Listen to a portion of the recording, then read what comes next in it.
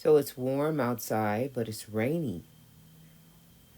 Let's make some baked mostaccioli. So we're going to be making two types of mostaccioli. We got meat, onion, bell pepper seasonings,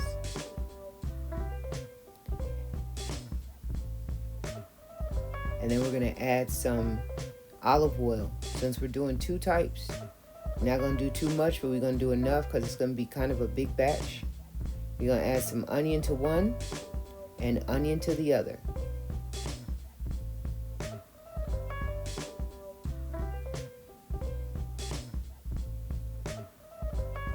We're going to stir those onions up. We just want them to get a little translucent, not too cooked, not burnt. And we're going to do the same thing for the other skillet.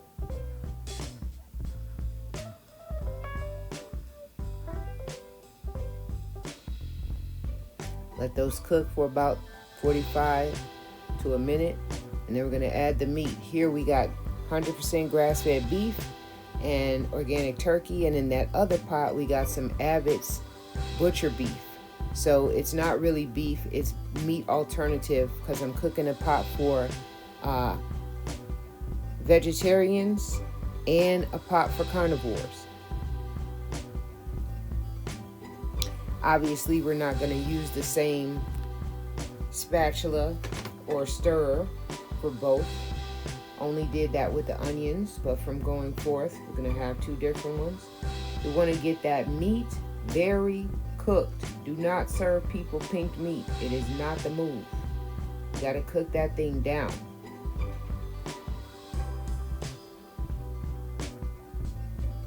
We're going to be cooking these on medium heat. We're going to add some garlic because it's halfway done, the meat here. And then we're going to put in about a handful or a cup of bell peppers.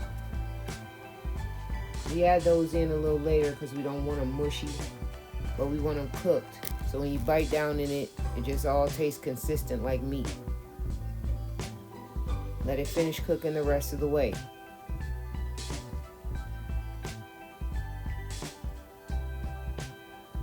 Here you're going to see me switch the skillets because I want to have better access to the alternative meat, or the meat alternative. That doesn't take long to cook. You're more just warming it up. I'm going to add the bell peppers in here. Give it a good stir.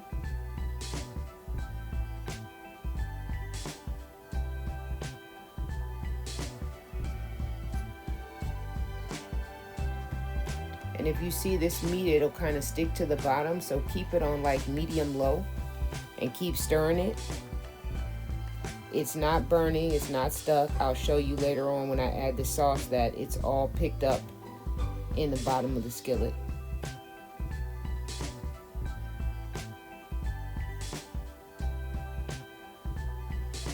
I have my pot of water on. My little videographer couldn't get it all the way over there, so excuse that, but over there the pot of water on. And here is where I'm telling you that it wasn't stuck to the bottom. We added the sauce to it, and you see it's all incorporated, nothing burnt, nothing stuck.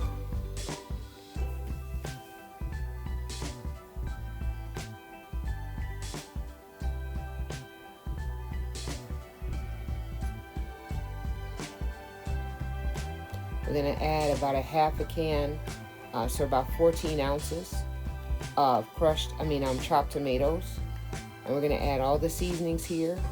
We got Italian season, basil, some fennel, salt and pepper, and some little bit of red pepper flakes. The recipe's in the description. You can feel free to add any other things you like.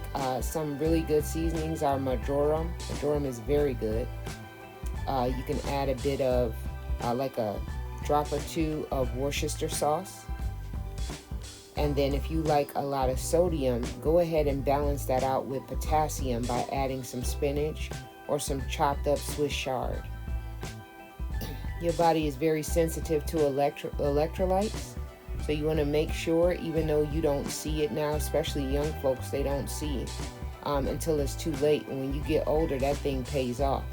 So if you add the spinach, it balances your sodium-potassium pump. You may have heard of that in biology in school. But you want to keep that because that system right there, it manages a lot of electrical conductions in the body that keep everything working. Heart, lungs, kidneys, everything. Just look it up. Okay, so I switched over and I'm letting the vegan meat or the vegan sauce sit for about 15 minutes, simmer for about 15 minutes. And then I have the meat that I'm working on here. I've drained it. You know, I see a lot of really good cooks on YouTube, and they use the paper towel method, but I found that makes me take up a lot of paper towel, and then I'm concerned about what's leaching over into it. So I just use the regular old silver strainer and drain out all the water and add it back to the pot. I've added the sauce, I've added the spinach, and I've added the other half of can, here I'm just adding the seasoning, same seasonings as the vegan. I'm making the identical pasta,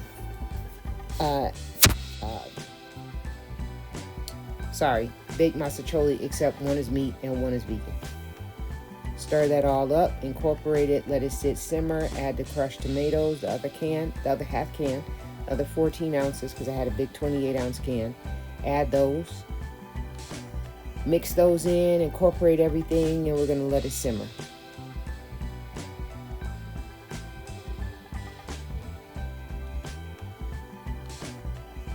You can place a lid on the top of these, because if you place a lid and let them simmer for like probably 30 to 45 minutes, it pressures the seasonings down into the meat, and the sauce actually levels up a little bit more. But you don't have to do that. You could just do it like this. It's delicious the way it is.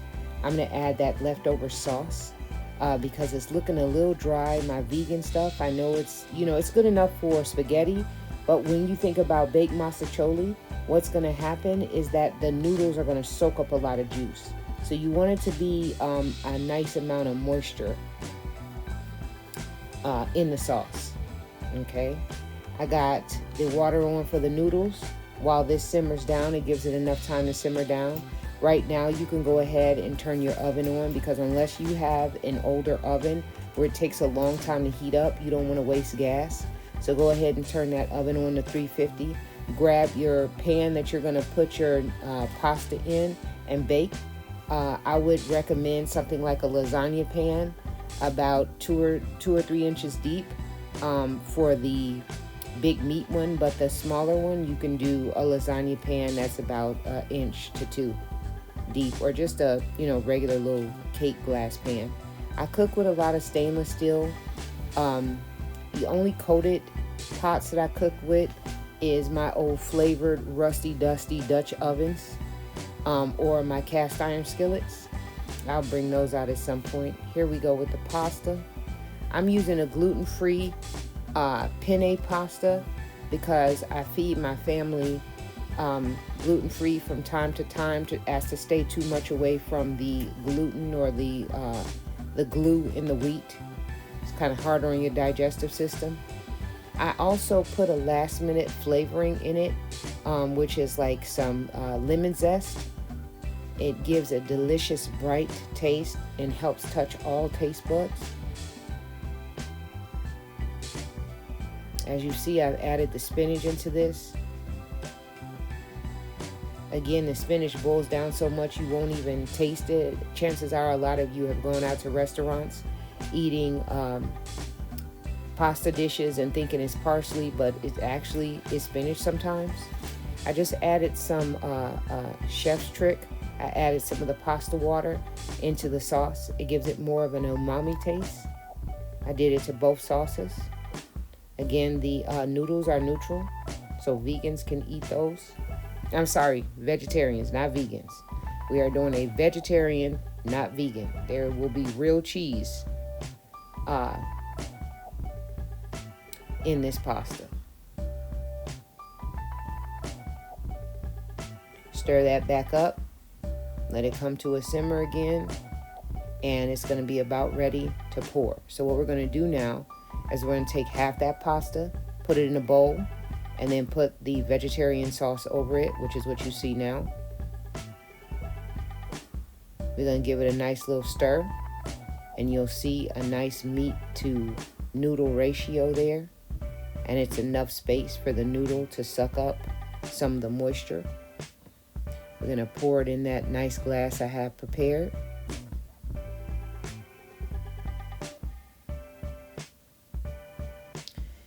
And then we're going to get ready to top it with some mozzarella, some cottage cheese, and a little bit of parmesan. Now, you can make this meaty, cheesy. You can do whatever you want. When I'm cooking for my family, I try to do as healthy as possible without doing like salad and beans and all that every single day.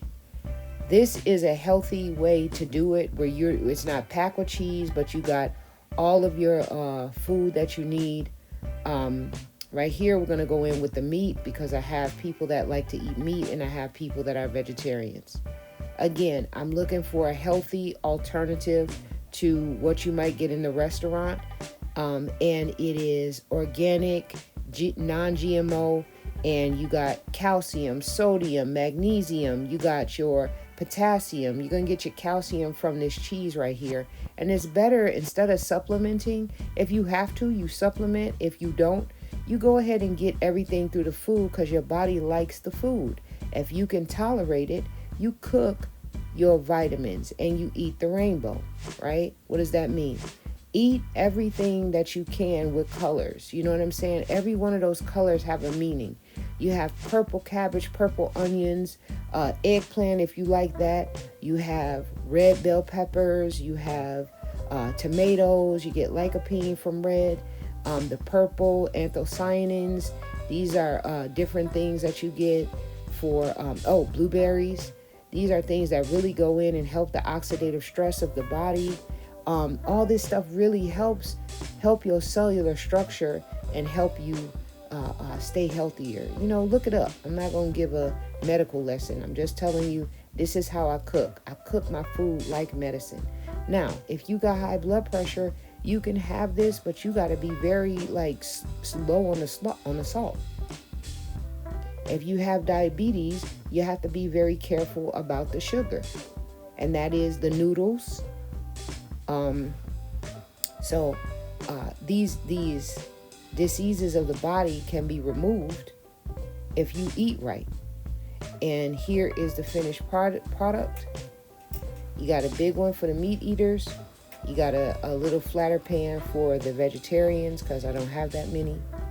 But these will last a good 2 or 3 days worth of food. And you can pair it with a salad to help you. And then immediately after you're done eating, look at that, nice and hot. And here we go. We're going to go ahead and plate it. Right after you're eating, go take a nice 10-minute walk. And it will help the muscle in the back, what I call the sugar destroyer muscle. It'll help the muscle in the back of the calf uptake that sugar and put it out the body where the body doesn't have to store it. Here you go. We added some Parmesan cheese, a little bit of lemon pepper, and they ate pretty good. They loved it.